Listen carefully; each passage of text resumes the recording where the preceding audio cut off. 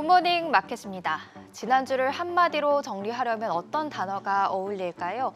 제가 생각한 키워드는 롤러코스터입니다. 오르고 내리고 빙글빙글 돌고를 반복하다 보면 정신없이 2, 3분이 끝나 있는데요. 지난주 증시가 딱 그랬습니다.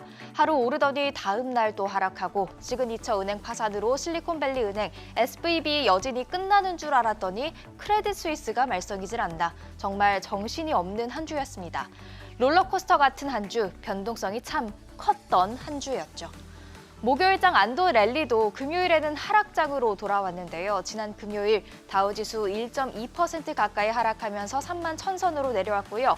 S&P 500 지수 1.1% 하락을 했습니다. 또 나스닥 지수 0.7% 약세를 보였죠. 주말 사이 또 어떤 일이 벌어질지 모른다, 이런 불안감에 투자자들은 시장에서 잠시 물러나는 모습이었습니다. 거꾸로 말하면 주말 사이 은행발 리스크가 번지지 않거나 줄어든다면 월요일장에서 또 상승할 수도 있다는 건데요. 다우 선물지수 현재 오름세를 보이고 있습니다. 주요 지수가 금요일에 하락을 했어도 주간 기준으로는 대체로 오름세였습니다. 주간 차트 한번 같이 보고 싶은데요. 주간 기준으로 다우지수 0.15% 하락했지만 나스닥 지수 4.4% 올랐고 S&P 500 지수 1.4% 상승하는 모습을 보였었죠. 또 금요일장 보시면요. 나스닥과 S&P 500 오르고 다우와 내리는 혼조세였습니다. 금요일장을 섹터별로 이어서 한번 확인을 해보시죠. 애플과 마이크로소프트 등이 포함되어 있는 정보기술이 0.1% 하락하면서 나름대로 선방을 하는 모습이었고요.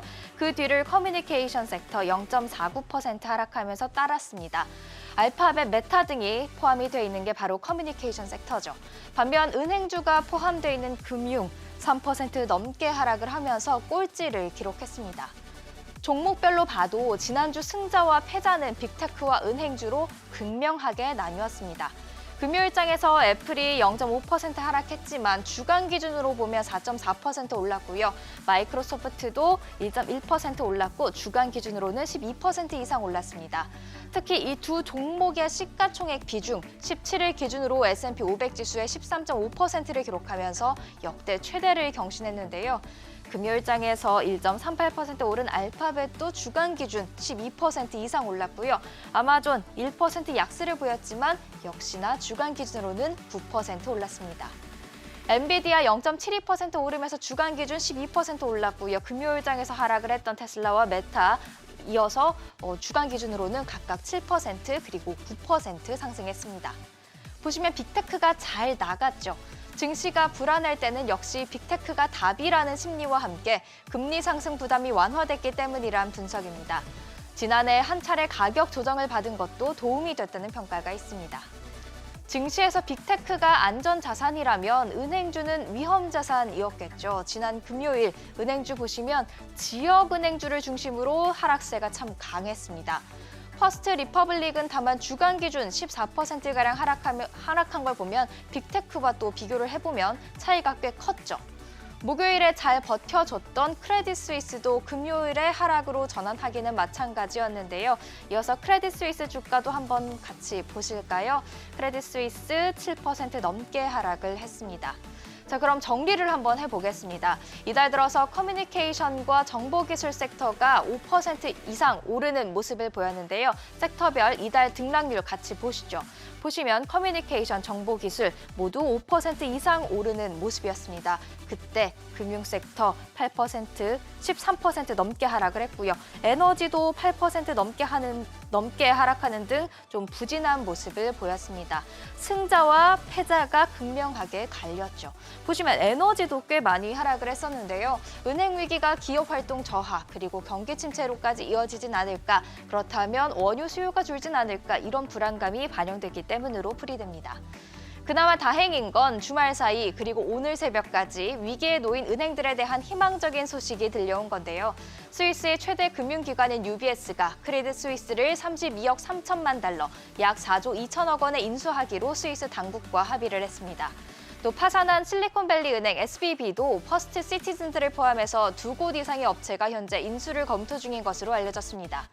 세계 금융시장이 블랙 먼데이를 피하게 됐다는 안도감이 형성될 수 있는 이유인데 다만 우리가 기대하는 큰 상승 반전은 없을 수도 있겠습니다. 중요한 미 연준의 금리 결정이 남아있기 때문입니다.